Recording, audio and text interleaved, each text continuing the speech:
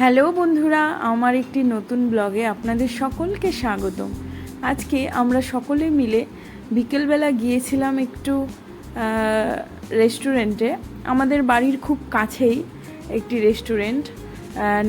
নামটি যেমন ইউনিক, তেমনি খাবার দাবারও বেশ ইউনিক। রেস্টুরেন্টের নাম ছিল বনভোজন, অর্থাৎ পিকনিক যাকে আমরা বলি। যাই হোক, আমরা সেখানে সবাই মিলে গেলাম। যাওয়ার পরে আশেপাশের পরিবেশটা বেশ ভালোই ছিল।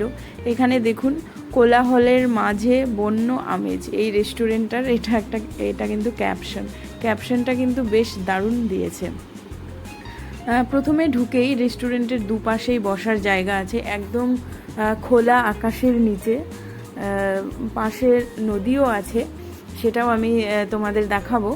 একদম খোলা আকাশের নিচে পাশে ছোট ছোট ঘর করা আছে, সেখানে বসার সিট এবং আশেপাশে অনেক ফুল গাছও লাগানো আছে।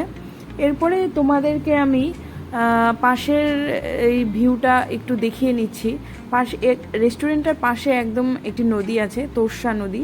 যদিও এখন জল নেই, কারণ বর্ষাকাল নয় বলে। বর্ষাকাল আসলে তখন আবার জলে ভরে যাবে। এখানে কিন্তু পাশে বেশ অনেক লোকজন গল্পগুজব করছে, অনেকে আবার খেলছেও। এরপরে আমরা চলে এলাম আমাদের মেইন যেটার জন্য এসেছি, খাবার দাবার। আমরা এখান থেকে কিছু খাবার দাবার সকলে সিলেক্ট করে নিলাম। সিলেক্ট করার পরে এর মাঝখানে আমি একটু দোল খেয়ে নিচ্ছি। বেশ মজাই লাগছিল দোল খেতে। এরপর দোল খেতে খেতে তখন খাবার আমাদের চলে আসে।